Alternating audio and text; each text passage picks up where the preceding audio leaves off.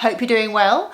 I am excited today to finally show you the brand new flat bar gravel bike that Marin sent me last week. I was going to film for you a first ride video, but I couldn't wait to go and ride it and I wasn't ready to film and stuff. So anyway, the first ride has been and gone, but today I am going to go for a quick shred and I'm going to show you the bike in more detail and we'll chat about why you might want a flat bar gravel bike.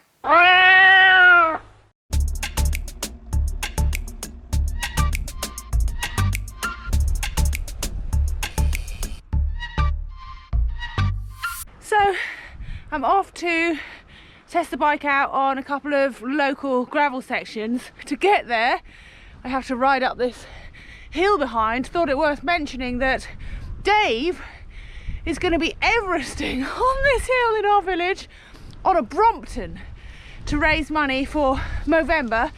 So make sure you head over to his channel, give him a follow, check out the Movember page, and generally give him a lot of support because Everesting on a Brompton, what the... Anyway, I'm up the hill, let's go for a spin and I'll tell you more about the bike. It's so fun, this bike. Yoo-hoo!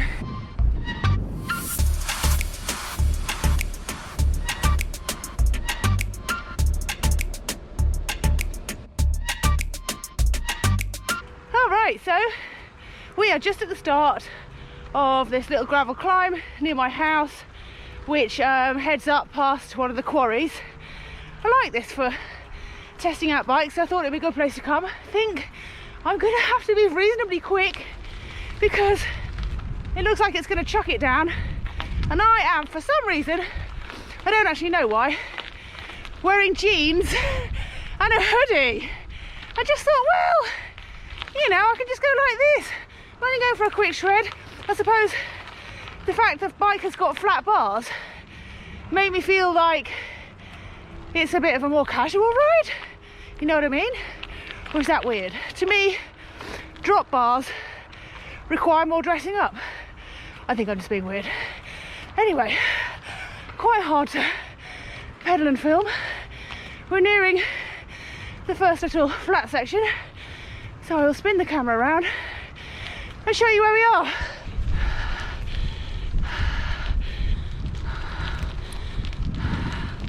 Gets a little steeper here and a little gravelier.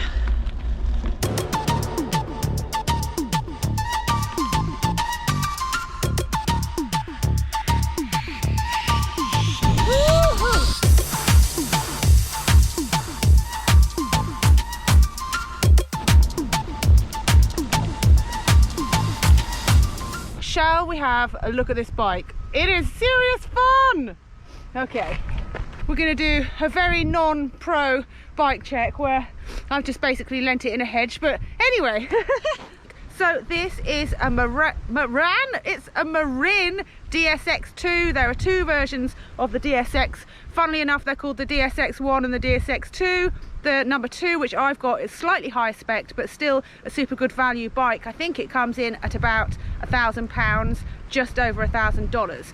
So this one comes set up one by, so that means it's got a single chainring at the front, which is super easy and low maintenance and saves weight. At the back, it's got a 12-speed cassette, so you've got a massive cog at the back, which means you're going to be able to get up steep hills fairly easily. It comes with tubeless ready aluminium rims and it's got WTB Riddler tyres set up on those. I don't think they come set up tubeless, mine hasn't anyway, so I'm going to have to fix that, but they are 44C wide, I think.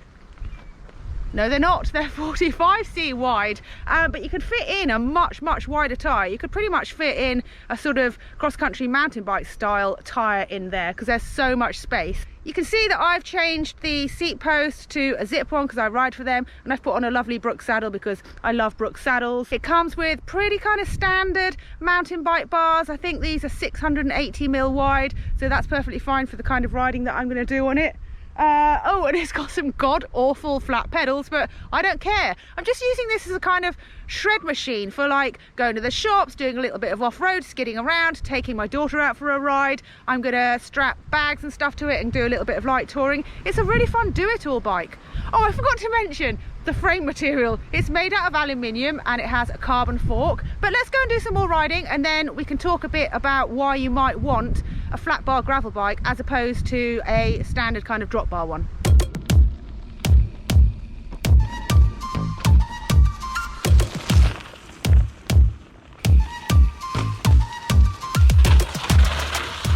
There's just something about this bike that makes you want to mess about and have fun. It's a bike that you can't really take seriously, and I mean that in the best possible way. It just makes you want to, whoa, this bit is seriously muddy and I'm riding one-handed.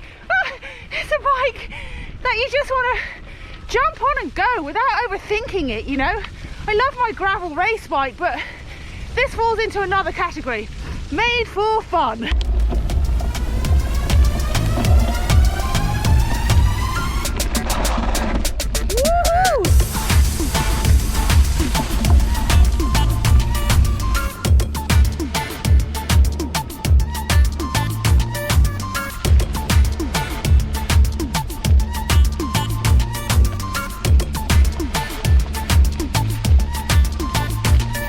Oh my god, so fun. So now that I'm done, let's have a quick chat about flat bar gravel bikes and why you might want one.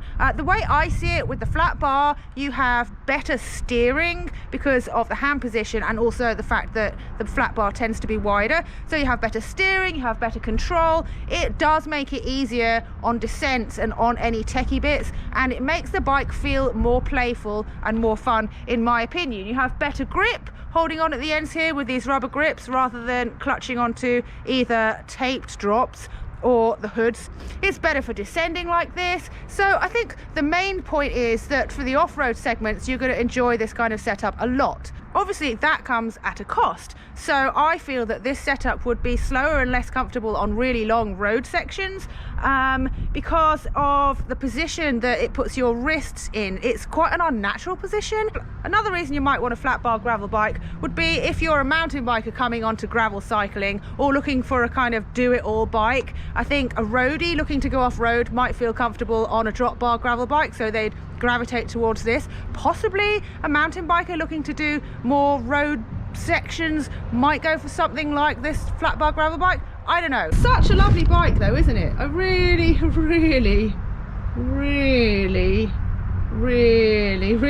like it. I just realised actually I haven't mentioned much about the geometry of this bike, just really the specifications and the material. It is actually a little bit slacker than my Marin Headlands, my gravel bike, which makes it nice and stable and it handles well off-road. And it's also got a longer reach because obviously the flat bars bring the reach back. So you couldn't just plonk flat bars on a gravel bike that's designed for drop bars because it'd bring the reach far too short. Then you might have to compensate with a long stem, but that's going to affect the steering. Anyway, I could blabber on about this stuff forever, but I'm sure you've probably had enough. So thanks for watching the video. Leave me any comments below and yeah, give me a thumbs up and subscribe if you liked it. See you later. Bye.